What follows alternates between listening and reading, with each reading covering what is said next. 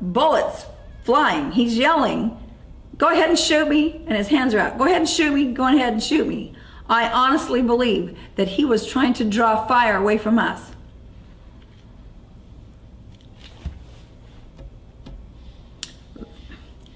Lavoy is the father of many girls, and he's very protective.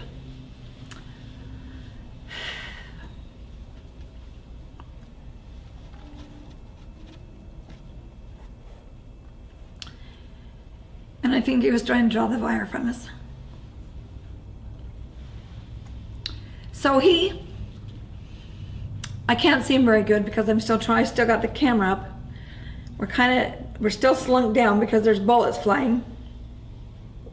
They're breaking out the windows. They're shooting all the windows out, and we can't get out. We're pinned down. And Victoria puts her head up. She's trying to watch him, and I'm trying to keep her down because I can see the laser, because it was on Ryan. We'd pushed Ryan down, but he could still see out the window, and so could Victoria. And they were watching, and they're going, "No, they shot him, he's down, they shot him again, they shot him over, and he's dead." And she kept screaming, "I'm an EMT," and of course the window was open and by then, and she kept screaming, "I'm an EMT, and let me help him, and let me get out and cover him up," but you can't hear anything, because I'm sure they probably couldn't hear her, because we were dodging lasers and bullets that were coming through the windows, and I'm trying to hold her down because I see the laser on her knee, and I'm trying to push her knee down. I'm trying to push his hat down. We're trying to keep away from the lasers that are coming in, and they had no intention to let up on us. They had already killed him, and I'm still videoing, but you can hear the noise. You can hear everybody, what we're saying. You can hear the things that are happening. And in the window next to my head, as I see, we have been hit.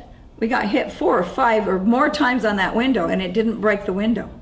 That was totally amazing to me. But we were sitting there praying. That's what we were doing. We said, we got to pray. And so we're offering a prayer of protection. Please, Father, protect us. And it went on for a long time. It seemed like 5 to 10 minutes. I don't know how long it was, but there was no way for us to get out. They just wouldn't let up. And so finally she throws herself across Ryan. She sticks her hands out as far as she can reach, and she screams, "Stop, stop, stop." And I start yelling, "Stop." And finally they quit. And then they said, "Tell Ryan to get out." Or they said, tell the man to get out. I don't think they knew that it was Ryan Bundy. And he got out, and he said, as he got up, he said, "I got hit in the shoulder."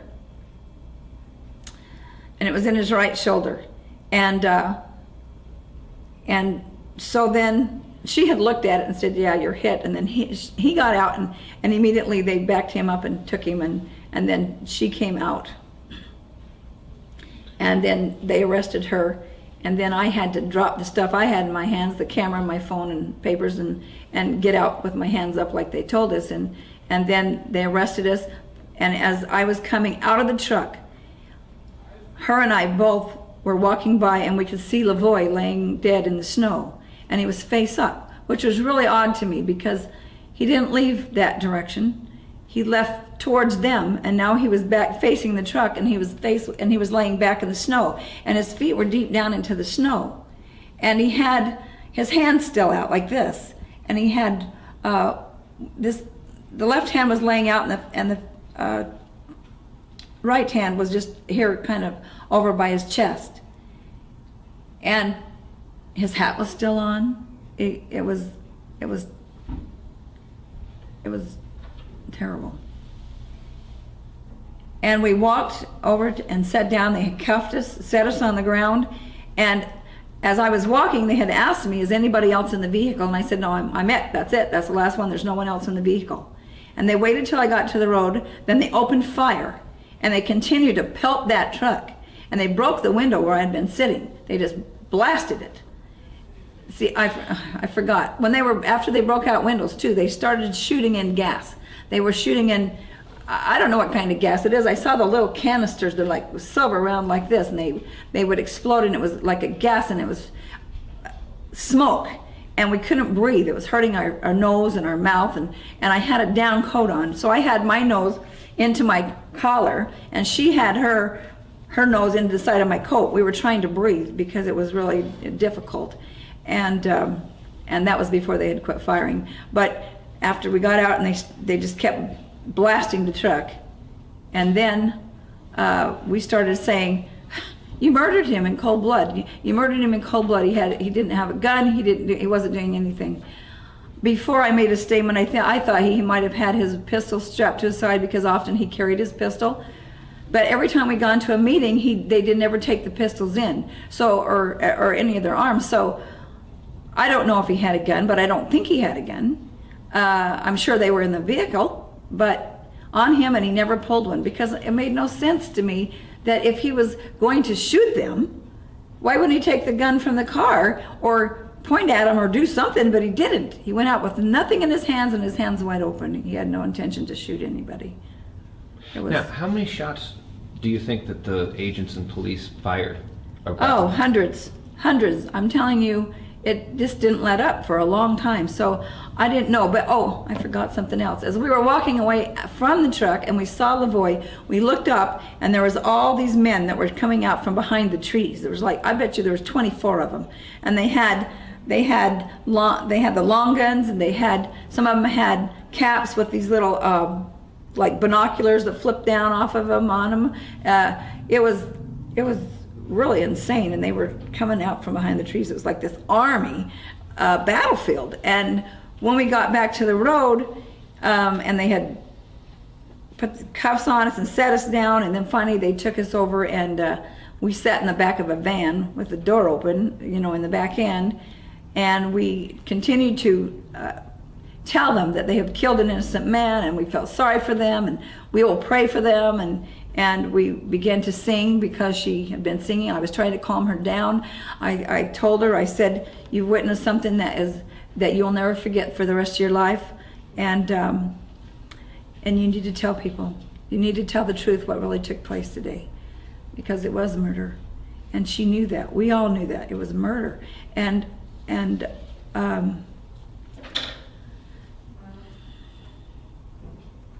so we got in the van. We're sitting in the back of the van, and we were there for a long, long time.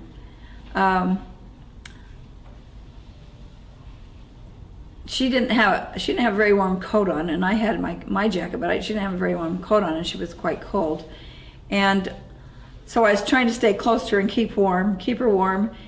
And then they looked at Ryan and said, "You've been shot, Ryan Bundy." And so they called an ambulance, and then the ambulance came. And during all this time, and so then they put him in the ambulance and were doing whatever they were doing. I just remember saying, "Can we cut your shirt?" and whatever. And then so he stayed with them. And like I said, it was a long time. We were there a long time. And we just sang song after song, and we talked. And then finally they brought up this like a van kind of thing, and they put us into the back of this van. So she and I were loaded in the very back, and then we drove down the road and we came to the Jeep, just past the Jeep, and there we saw Ammon and Buddha and Mark and Ryan Payne, and they loaded them into the vehicle. So all of us were in the vehicle now, and we had to sit there for hours. And I don't understand why. We were there probably for about 5 hours. When we were sitting in the back of the van, I asked them if we were under arrest. And they kept saying, "No, you're just being detained." I said, "For what? Are we being, so what are you charging? Are you going to charge us with something?" We didn't have any idea. And when we got into the van and everybody was in the van, we kept saying, "Are they charging you? Are we under arrest?" They kept still saying, "Nope, you're just being detained." And there was about 40 of these people in their garb, I don't know what you call it, battle rattle, whatever they call it. But anyway, they were all down the road, and they were all trying to get it together. And it was almost like they were trying to formulate some reason that they picked us up, or what they were going to charge us with, or whatever it was going to be. I don't know, because it took a long, long time, hours.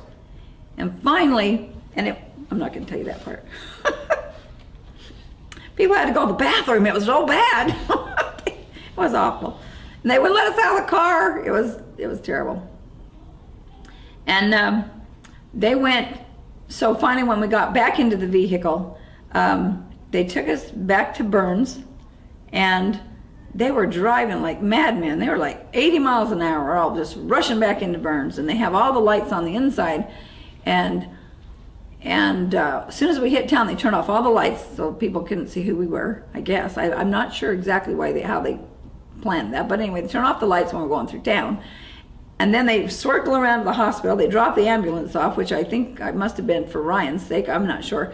And then they take us outside of Burns, and they take us to this little rest area, and all these vehicles show up, these SUVs, different cars and stuff.